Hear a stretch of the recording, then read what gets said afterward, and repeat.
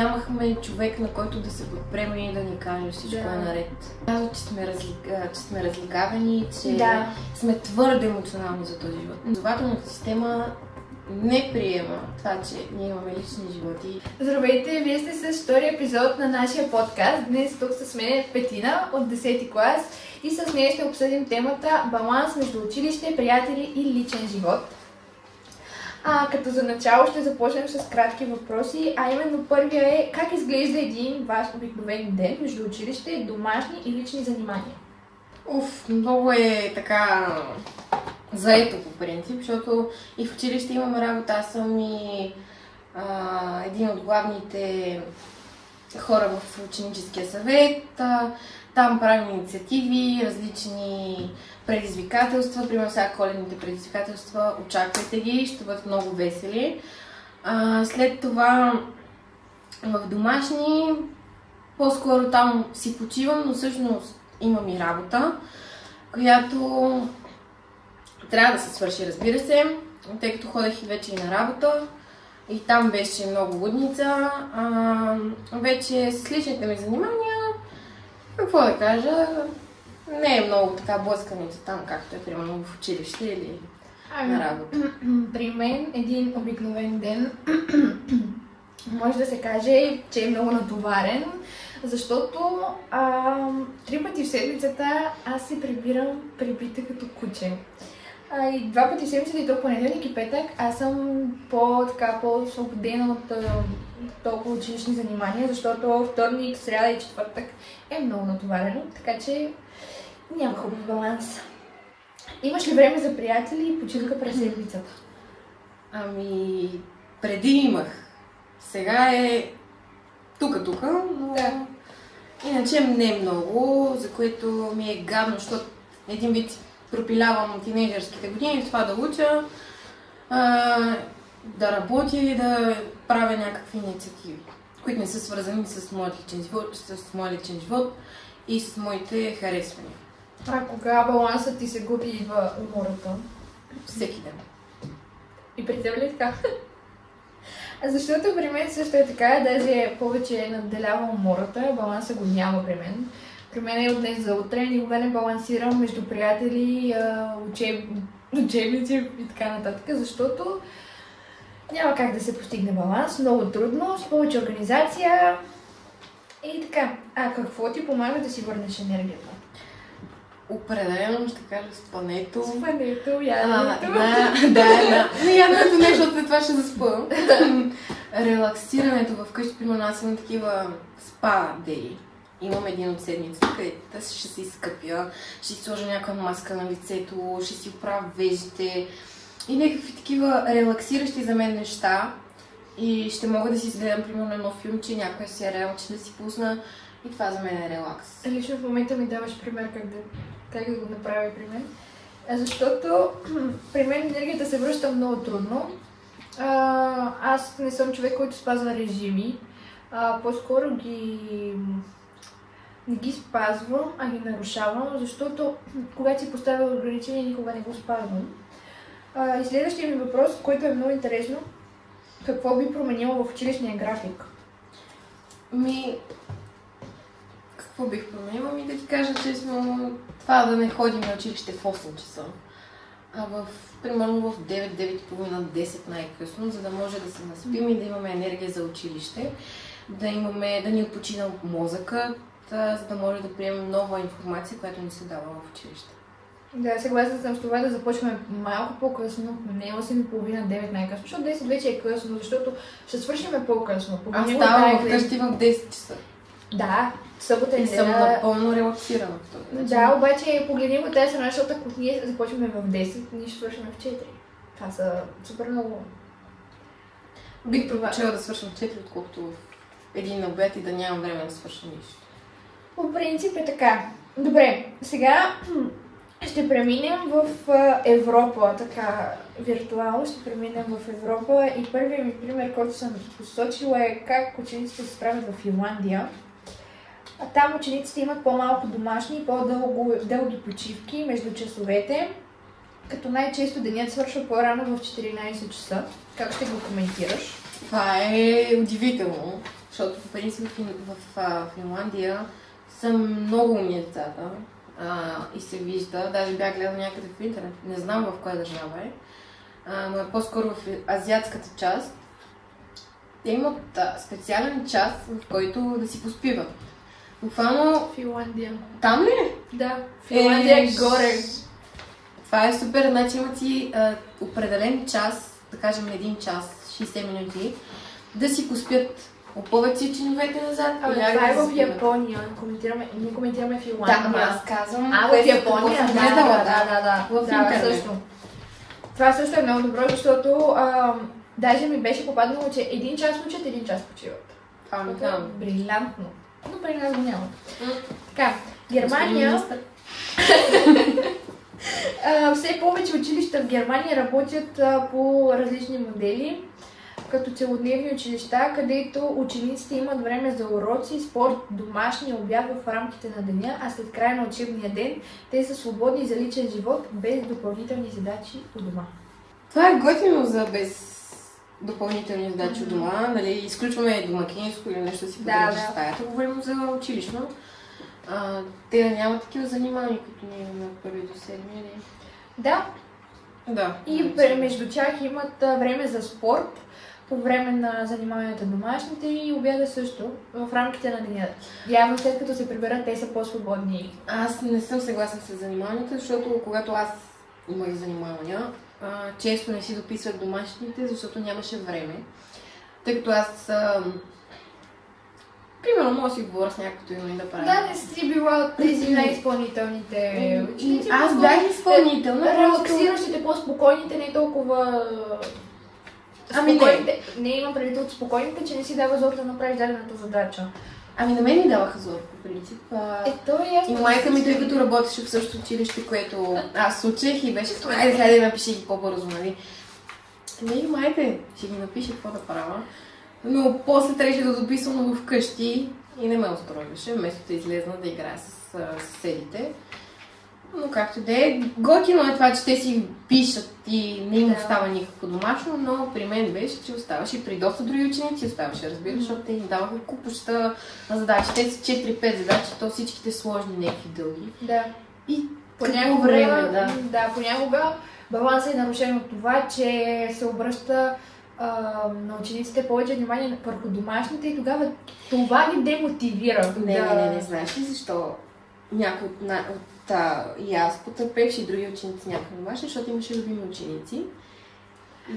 Има ги в момента, обаче... По принцип, да, и на тях се обръщаше повече внимание. Отколкото на другите, да. Да, и заради това те бяха с написаните домашни, а ние с забележките, че нямаме домашно. Всъщност имаме, просто не написано. Да, тук вече влизаме в друга тема, училищната система, тук ние не се бъркаме, защото... В Великобритания пък училищата се провеждат специални уроци за психично здраве. Там учениците се учат как да се справят с тревожност, натиск и социални очаквания, като някои училища имат и менторски часове, време за откровен разговор между учител и ученик. Въпросът ми тук е как си представяш перфектната връзка между учител и ученик? Това да има уважение от двете страни, не само аз да имам уважение към него, или обратно, това или така да кажа, да не се разсърди някой. Това да може да се разбира и да няма лъжи между тях двамата. Това да можеш да седнеш спокойно да му кажеш, не съм го написал, защото нямах време, имах друго неща да пиша, или пък не съм направила това, което вие сте ми казали. Това е нормалната връзка между учител и ученик. Той да разбира това, че детето се е чувствало уморено и че не има усили да го напишат. Всеки, в момента, когато на нашата възраст, има такива моменти, в които не може дори да стане от леглото и да направи нещо от неговото ежедневие. Тъй като, защото познавам учители, които ще ти влязат в положение, пък има и такива, които не. Които ще ми влязат в положение, ще ми кажат, това е супер. Няма да ми кажат, това е супер. Ще ми кажат, окей, няма проблем, ще го направиш някой друг път, не се тревожи, а пък има някои, които ще кажат, двойката бележника. Електронния. Има такива, които спазват наистина правилника на училището, обаче има такива, които са малко Не, те го спазват, обаче са по-либерални към нас, по-освободени са. Това ли имаш ли предвид? Да, и тук вече навлизаме в това, че има доверие между учител и ученика. Какво мислиш за уроците за психичното здраве? Това е много добро нещо. Искам да го вкарате в България, защото вече мога да видя и да кажа, че има хора, не деца или тинейджери. Има хора, които не са емоционално зрели. Това не е хубаво, защото за мен това е просто човек. Да не можеш да си контролираш емоциите, да кажеш нещо, което не е трябвало да кажеш, да нямаш емпатия, което също е емоция. Също трябва да го имаш, защото не е хубаво. Подпомага се на учениците как да контролират емоциите си и как да ги овладяват в дадени моменти, защото когато имат важен момент, например изпит, контролно, концерт и така нататък, те преминават през... много емоции. Да, много емоции и тези уроци за психично здраве е много хубаво нещо. Да, им помагат. Да, ние сега наскоро имахме концерт и ние двете сме едни от жертвите, ако можем така да го кажем, сме едни от жертвите, защото ние двете бяхме много притеснени. И това изби просто. Тотално. Тенджерата превря, навсякъде се разля и нямахме човек, на който да се подпреме и да ни каже всичко е наред. Мисли за нещо друго. Всички казват, спокойно, това ще мине, това ще такова. Да, по принцип... Седни и помълчи с мен. Това ми. В такива моменти, по принцип, трябва да се мисли рационално и как не да му кажеш да се успокоява, защото той продължава да се притеснява. Да обърнеш към друго. Виж тук птичките сега как чароликат. Примерно, за да спре да мисли и да го мисля, да овъртинка, както сега е модерно да се казва. Така. Испания, в някои региони се обсъжда по-късно начало на учебния ден, например 9:30 вместо 8. Изследванията показват, че това подобрява концентрацията и настроението на учениците. Някои училища въвеждат и следобедни клубове за изкуство и спорт, за да насърчат баланса. Коментираме? Коментирам, че това много ми харесва. По принцип, ние си имаме такива извънкласни. Защото ние сме с две паралелки, тя е с музика, аз съм с компютърна графика. Те са буквално две различни. Да.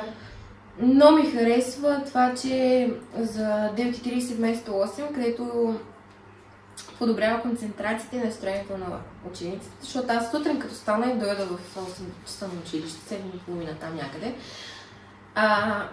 да ми кажеш как си здравей, просто не бе, това е смърт за теб.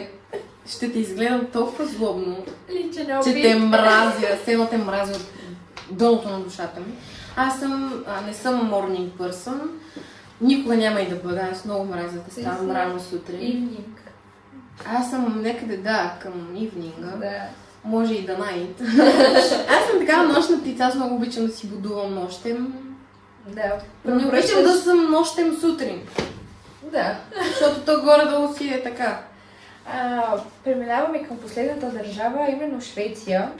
Там учениците имат достъп до училищни съветници по благополучие.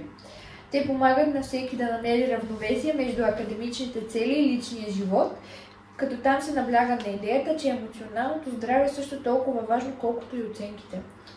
Това много ми харесва и съм съгласна с емоционалното здраве. Това да си в днешно време да си толкова емоционален, защото емоциите в днешно време трудно се овладяват от младото поколение. Не, ние ги владеем, просто ни казват, че сме разлигавани, че сме твърде емоционални за този живот. Не, ти трябва да си емоционален. Ти ако нямаш емоция, ти си нищо. Ти си празен отвътре. И има и такива хора, които не искат да показват емоции. Да, аз съм един от тези хора. Запазваш и вътре в себе си и го споделяш на близки хора, не на всички. Не. По принцип, има и такива, които не споделят като теб на никой. Обаче това не е толкова, не е добре. По принцип, наистина не е добре да и се не го затваряш в себе си, По-скоро е нужно... Но винаги тези хора, които го пазят себе си, дават най-хубавите съвети. за тези, които не споделят. Но при нас, тези хора, които не споделят, се случва такова нещо, то ти се натрупа. Аз един път исках да си хапна нещо. То ми се личи, че ми се хапва, но няма значение. И така ми се беше набрало нещо, много неща се бяха случили на едно и просто не можех да го държа в себе си. Не можех да си намеря любимата чиния. Аз имам любима чиния и просто седнах на земята и се разревах. Мама дойде и ме попита какво става. Аз казах, не мога да си намеря чинията. Ти заради това ли беше? Не знам. Не за чинията. И да. Това е. И хареса ми това, че са равностойни. Да. Оценките не са толкова важни, ако питате мен. По принцип, да, не е важно каква оценка ще получиш, а какво умение какво ще запомнил. Да, и какво умение ще ти даде това за напред в личния живот и как едно нещо можеш да го използваш, например, математиката, как можеш да използваш в личния живот. Защото добре пари. Да, по принцип. Да, ако не следва с математика или нещо друго. По принцип, аз съм повече към психология, някакви такива четене на хора. И според мен химия, биология, физика, за това нещо няма да ми трябва. За теб. Нали, казвам главно за хора, които искат да следват медицина, те са важни. По принцип, да. Ще ми трябва, примерно, за психологията, български и история, да кажем. Да. Аз историята, по принцип, не съм много добра в нея, но знам кога е създадена на българската държава. Това е важно. Да. Не знам кога е създадена. Сарказъм, нали? Сарказъм. Да. Добре. Сега, искам да коментираме анкета, която проведохме в нашето училище между учениците от 8 до 12 клас. Първият въпрос, който беше зададен е колко често успяваш да отделяш време за себе си извън училище.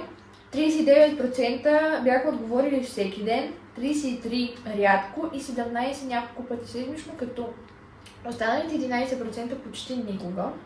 Въпрос, който е зададен, как тълкуваме тези резултати и смятаме ли, че това показва как повечето ученици изглеждат натоварени? Да, те са натоварени, дори да не е в училище да са натоварени, те са натоварени с личния си живот, тъй като образователната система не приема това, че ние имаме лични животи и някои неща се случват в лоши, да кажем, неща, се случват в личния живот, те просто ни карат да се забием в учебниците и да не мислим за това. Тоест ние да нямаме личен живот. Не. Ти да се изградиш като човек, ти трябва да ги балансираш, за да знаеш какво е личен живот, да знаеш какво е училище, работа и там. Да, защото работа за децата, които искат да получават повече средства. Аз съм един от тях. Да, повече средства за джобни, защото да, имаме родители, които ни издържат, но не всеки от нас обича да мама и тате. Мама и тате, защото, например, тя е пример, че е решила да започне работа, за да си взимат джобни и не всеки път да иска от майка си. Защото вече аз съм... Това да го кажа на възраст е много, но съм на 16 и според мен аз съм много отговорен човек и вече ми е неудобно да ида да кажа на мама дай ми 10-20 лева. Дори, примерно, защото аз, примерно, харча много, признавам си го, харча много, но харча мои пари, които аз съм си изградил, които аз съм си взел с мой труд и знам какво е да харчиш много пари, но ме е срам да попитам някой за пари. Да. Просто ме е срам да при мама, при сестра ми, при баба, дядо, да попитам, дайте някой лев. Не, никога няма да видиш това нещо. Ако те ми дадат, да, ще ги взема. Но аз да и не искам, няма как да се получи. На въпрос, какви са основните трудности, с които се сблъскваш, когато се опитваш да съчетаеш ученето и свободното време? Един от многото отговори, които бяха, са основните трудности при съчетаването на ученето и свободното време за мен са липсата на достатъчно часове в денонощието, натрупването на много задачи и тестове, както и умората, която понякога ме кара да отлагам важни неща. Как обръщам вече към теб, как се справяш ти, когато се сблъскаш с тези трудности и как съчетаваш ученето с свободното време? Тъй като аз не уча много, но съм способна да уча. Преди тест мога да прочита примерно 3 пъти този план, който сме написали, или няколко план, и просто да го запомня, като снимка в главата ми си го пиша. Да ти кажа честно, аз ги съчетавам горе-долу добре. Имам си извънгласните неща, които са в дадени дни. Имам си личните неща, които са пак в дадени дни. Съчетавам ги по този начин на мен да ми е добре, за да мога да имам време после за себе си, защото това е много важно, да имаш и време за себе си. Съчетавам ги по този начин, за да мога да имам време за семейството ми, за приятели, за себе си, за котката ми. А мислиш ли, че този отговор, който прочетохме, се дължи на учебната програма или по-скоро по начина, по който ние самите разпределяме времето си? Второто. Как ние самите разпределяме? Да. И при мен е така. Често срещам проблем да мога да си разпределя времето или пък си кажа ще вечерям в еди колко си часа, ще седна, ще имам някакво време, нали, такова за телефон, книга и така нататък, обаче никога не става. Да. Или повече време отива за телефона, или повече време за книгата, защото... Примерно, да, винаги ще изникне нещо, което не е отлагаемо и трябва да го свършиш и просто след това, като се прибереш, да си легнеш в да кажеш, не мога вече. Да, има ги такива дни. Да. Така, как определяш баланса между училище и личния си живот? Първи отговор. Планирам времето си добре, отделям часове за учене и за почивка, за да не пренебрегвам нито училището, нито себе си. Втория, съсредоточавам се повече към личния ми живот. Третия, зле, защото в личното ми време правя неща за училището и след това не е отразена нито с оценка, нито поне с едно браво. Така, това вторият, който е отговор, е много често правен. Това ти да правиш нещо за някой и дори браво да не получиш, което за нас, подрастващите, е много зле. Защото на нас ни трябва нещо да ни блъсне, за да видим, че сме забелязани, че това, което правим, е добре за тях, както и за нас. Да видим обратна връзка. При мен се е случвало, както и при нея 100% съм сигурна, се е случвало и то почти всеки ден се случва.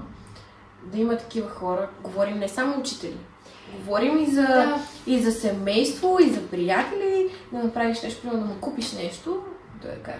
За какво си го купил това, за какво си покачил парите. Примерно, дай да го пия, щом си го купил, не става. Кажи мерси, ще ти върна парите, ще ти купа аз нещо другия път. Това нещо да има, да е обратна връзка. Да му е приятно на този човек, че си направи нещо за него или за някой, или за група, да кажем. Защото в повечето случаи е група към някой. Нали, към теб е група, към мен е човек. След това за първия... Планирам времето си добре. Това е много добре, че го планира горе-долу. Това да направи разликата между училище и личен живот, ще да кажа работа. Това е хубаво, защото като порасне, ще стане човек от него, по принцип, така да си го кажем. Да. Ще е по-събран, ще знае какво да говори, ще има време, ако има партньор след време, ще има време и за него, ще знае как... Точно. Как да постига, как да постига баланс. Цел и баланс. И цел също. Да. А пък за втория, това не е хубаво. По принцип, изобщо не е хубаво. Защото ти ще пораснеш. И ще имаш личен живот, но ще трябва да я учиш в университет. Зависи. Да работи. Добре. Могат да... Знаеш, че 90% от учителите спират да учат след 12 клас. Добре, да кажем, че се е хванал на работа. Тогава вече трябва да определя баланс между работа и личен живот. Но той няма да се е научил на това. Именно това ми е въпрос. Ти ще седнеш и ще трябва да работиш. Как ще си изкараш парите да си платиш тока, водата, да си напазаруваш за вечеря или за цялата седмица? Как ще го направиш това, като трябва да се съсредоточиш повече до личния ти живот? Да, ти тогава ще имаш личен живот, ще ходиш по дискотеки, ще ходиш на вечери, ще се виждаш с някой. Но как ще го направиш? Ти имаш и работа, която да кажем ти е 8 до 12 часа на ден. А какво ще правиш, като нямаш личен живот? Ще се прибираш прибит от работа и... Нищо. Няма да имаш личен живот. Да. Последен въпрос. Как се чувстваш от анкетата, която беше добре? Как се чувстваш най-често по време на учебната седмица? 47% малко напрегнат, но се справям, 33% претоварен и изтощен, 17% уморен и без време за себе си. Лично ти? Претоварен и изтощен, между уморен и без време за себе си. Между тези двете съм. Не съм много напрегната. По-спокойна съм. Това го виждам, че съм по-спокойна. Да. Претоварена, изтощена и отличен и от училищен живот. Уморена и без време за себе си по същия начин. Чувствам се уморена и психически, и физически, и астрално, и неастрално, както и да го приемете, по този начин се чувствам уморена. Ако можеш да дадеш един съвет на друг ученик за намиране на баланс, какъв би бил той? Съвет да дам. Да. Казвам, че си добра в даването на съвети. И такива съвети, не, аз съм по-към емоционалните съвети. По-към личния живот. Да, за любов мога да ти кажа хубав съвет. Така, какъв съвет бих дала? Бих дала това да прави разлика. Какво е училище и какво е личен живот. Това вече го казах хиляди пъти, вече ми е... Да, общо взето това ни е темата. По принцип, да. Да. Да може да се справи и да знае кога трябва да седне да учи и кога не трябва. Нали, то по принцип трябва да се седне да се учи, но не толкова да зубриш и така нататък. Това е много зле да се зубри. Аз имах една приятелка, която зубреше и много често преписах от нея. Тя беше друга паралелка, тя ми даваше отговорите, без да съм ми казала. Тя просто така решаваше да ми дава отговори. Да. И това момиче един път ми каза, тя първо, по принцип беше първата, нали, ние малки. Първата, която ходеше да си прави маникюр, прически, такива, но никога не съм я видяла да излиза от тях. Никога. Тя си седеше вкъщи. Тя постоянно зубраше, учеше, нищо не правеше. Нито сериали, нито книги, учебници само пълно.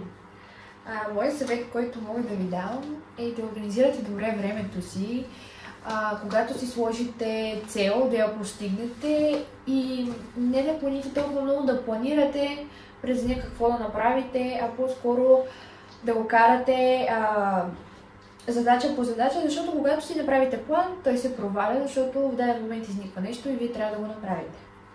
Да, не ги предпазливи хора, които ще го вместят това нещо в плана. Има, обаче, говорим за младежите. Тук при младежите няма... Има. Обаче повечето са към възрастните. Така. Има изключения. 1:100 е. 1:100 е, да. Сме към финала и като... За жалост. Много ми харесва. Как би сравнила учениците от другите държави, които разгледахме, и учениците от нашето училище, защото държава не сме питали всички учени? Това не искам да обиждам нашата държава. Има коренно различна. Не цитирам. Няма да цитирам, просто не съм споменала име, казах министър на образованието. Да, то се подразбира. Той има няколко. Един заместник, ама няма. Два са, не съм споменала име. Добре. Така. Да. Има коренно различна разлика между нашата система и тяхната система, може би. Коренно? То е под корените. То чак в такова. Почвата. Корените къде са? В почвата, ама. Те говорят, че са повече от корени. Така, в почвата. Ако коя държава би избрала да живееш и да учиш в нея? Тъй като аз обичам да говоря английски, бих избрала Великобритания заради психичното здраве. И психичното здраве, и менторските часове, които са... Но бих искала да ида в Испания да уча, заради 9:30 до 8. Аз бих избрала да отида в Испания, дори да живея до... Ти си от Испания, мила. Не съм чак от Испания. Това че имам роднини там, не означава, че съм от Испания. И така вече сме на финал и преди да завършим в подкаста ни, епизода ни, ще задам кратки блиц въпросчета. Към мен. Така, уроци или приятели? Приятели. Музика, спорт или сън? Спорт и сън. Спорт и сън. Да, може да не ми повярвате, но спортувам. Да. Играя много хубаво волейбол. Ако имаш Да. един свободен ден без домашни, как ще го прекараш? Ти вече казвам. Процедурите. Паден! Ногти ли са, мигли ли са, вежди ли са? Всичко. В колко часа сън са ви нужни, за да си във форма? 10 до 12. 10 до 12. Аз много спя. Виждаме. Знаем. По-добре да спи, отколкото да говори. Сами го казват. Да. С едно изречение, какво означава за теб баланс? Дума. Живот. Живот? Да. Балансът за мен е живот, защото за да живееш един прекрасен живот, ти имаш разлика между личен, училище, работа, както и да го приемат. Това е. Аз го казах вече сигурно 10 пъти, много се извинявам за повтарянето. Много ти благодаря, Пипи, че така прие поканата ми да бъдеш гост. Надявам се да ти хареса темата и дискусията ни. А на вас ви казваме чао. Чао! И може да изгледате нашия първи епизод, който с Кристи коментираме за забраната на телефоните в училище. Чао! Чао, чао!